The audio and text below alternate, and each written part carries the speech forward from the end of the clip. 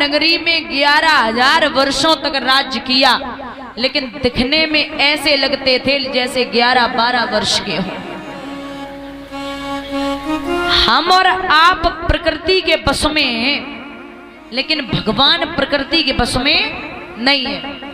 प्रकृति 8 प्रकार की होती है, और जो अवस्था होती है, एक होती बाल्यावस्था, एक होती है पौगंड अवस्था, एक होती है किशोर अवस्था और युवावस्था, फिर वृद्धावस्था।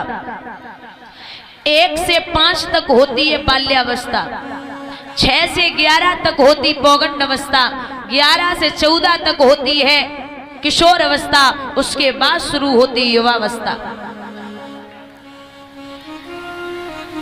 भगवान ने कभी किशोर अवस्था को पार नहीं किया। हम पे और आप पर प्रकृति हमें और आपको वश में कर सकती है, क्योंकि हम पे और आप पे बचपन भी आना, जवानी भी आनी, बुढ़ापा भी आना है, लेकिन भगवान पे बचपन आया और किशोर अवस्था आई, कभी जवानी और बुढ़ापा नहीं आया। इसीलिए भगवान कन्हैया योगी राज कृष्ण ही कहलाते थे। भगवान ने पांडवों का यज्ञ कराया, परीक्षित को सुखदेव ने कथा श्रवण कराई, राजसु यज्ञ कराया है पांडवों का, जिसमें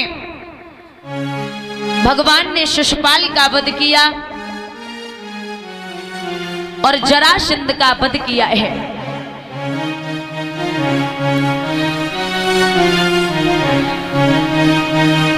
जो यज्ञ चला है भगवान ने, जो करवाया है पांडवों का, उसमें जो काम दिए गए थे, भगवान ने जो पांडवों को काम दिए थे, वो काम था दुर्योधन का और भीम का काम था खाना परोसने का, मतलब खाना बनाने का, क्योंकि जो ज्यादा खाएगा वो ही ज्यादा खिला सकता है। तो भोजन बढ़ाने का काम था भीम का, भोजन परोसने का काम था मैया द्रौपदी का। और जो ये काम थे ये पांडवों को भगवान ने दिए थे, लेकिन भगवान का जो स्वयं काम था वो था संतों और ब्राह्मणों के चरण धुलना और पत्तल उठाना।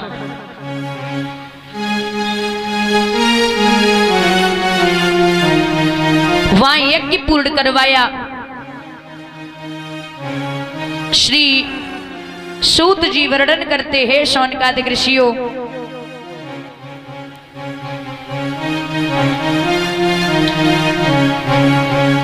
बड़ी पावन चर्चा आती है भगवान कन्हैया और सुदामा की मित्रता कब और कैसे हुई है।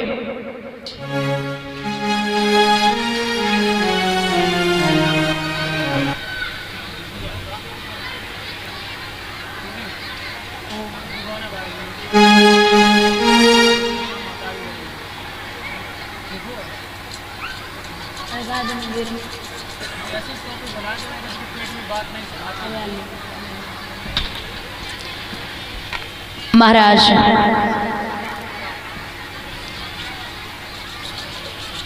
जब एक समय गुरु शांदीपन के यहाँ पर भगवान विद्या अध्ययन करने के लिए जाते थे, और वहीं पर सुदामा भी विद्या अध्ययन करने के लिए जाते थे।